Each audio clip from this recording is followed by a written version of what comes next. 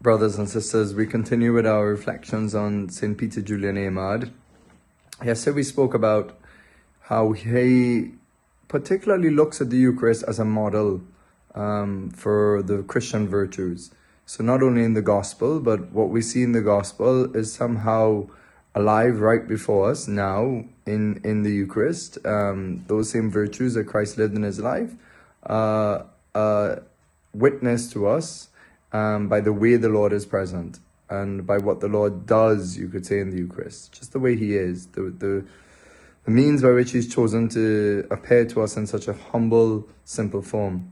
Yesterday I mentioned the whole idea of the virtue of humility, that the Lord is there showing us what it means to be humble. The Lord, doesn't come on any grand appearances, any big pomp and ceremony in himself. We as humans may to show our humility towards the Eucharist and to express the dignity of Christ in the Eucharist. We celebrate him with awesome awe and reverence and wonder. But Jesus himself in the Eucharist is as unassuming as ever. And so, even you could say he shows us how we should dress even, that there should be a moderation in how we dress, a simplicity and a beauty that is not over the top, that draws people towards me and my ego, that's just an example. So there's so much we could meditate on if you really think about it. The Lord, humility, a humble person draws people to themselves. Humble people do not scare people away, by a big ego, by a outlandish kind of personality that intimidates, wants to strike fear in the other person. A humble person is someone who one feels very comfortable with and can open one's heart with. And we see the Lord showing that to us in the Eucharist. He's so humble. He's so looks like bread, but we know it's him because of the holy sacrifice of the Mass and the consecration. And so he humbled himself even smaller than the baby Jesus than when he was the infant Jesus.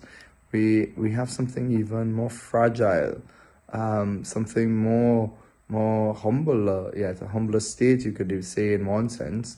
And this is so that we won't be afraid, so that we can approach Christ, that we can pour out our love to him, that we can open our heart to him. He veils his glory, as I've said so many times, because we couldn't withstand the true risen glory of Christ as he sits at the right hand of the Father. We couldn't survive it just with our human nature. Such a fright of power, even though it's powerful love, would actually kill us. And we have a sense of this already in life when we see terrible, frightful things, how we can almost stop our hearts.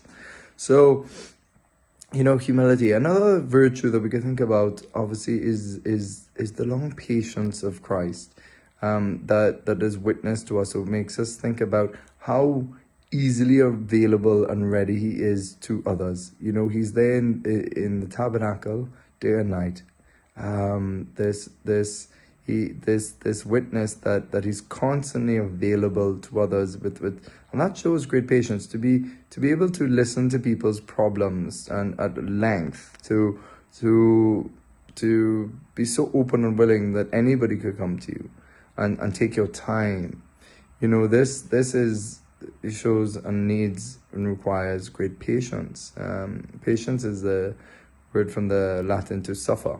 So patior, it's a suffering. Patience is a suffering out of some difficulty in one sense.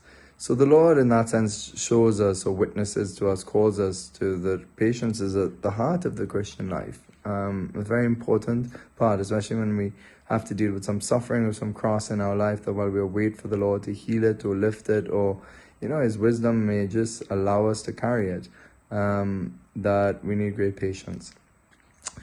The Eucharist witnesses to us about the immense love of Christ, his total gift of himself, that the Lord has given himself utterly, totally, completely to us in the Eucharist. When we receive him in Holy Communion and even in Eucharistic adoration, he's totally and entirely present, and he gives of himself. His very being there is giving himself to us. And so we must do this first for the Lord and for God, that we must give ourselves completely to God and ask God. As St. Catherine of Siena once said, someone who was bound in addictions and problems and felt like their heart was so way far from God and lost their freedom in terms of their compulsiveness. God the Father said they still have freedom to ask me to free them. And so we can ask the Lord to give us the power and the ability to give ourselves in love as he does in the Eucharist. And in the same way, as I said earlier on, the way that Christ is just totally available to us listening. And that's great love. We can learn from Christ in the Eucharist how he's so present that we too could be a living host in the world, be present to others, listening to others, giving ourselves to others in love, giving them our time. We could go on and on about the different things we study. We could study even the poverty of Christ in the Eucharist and the poverty of life that we should have as well.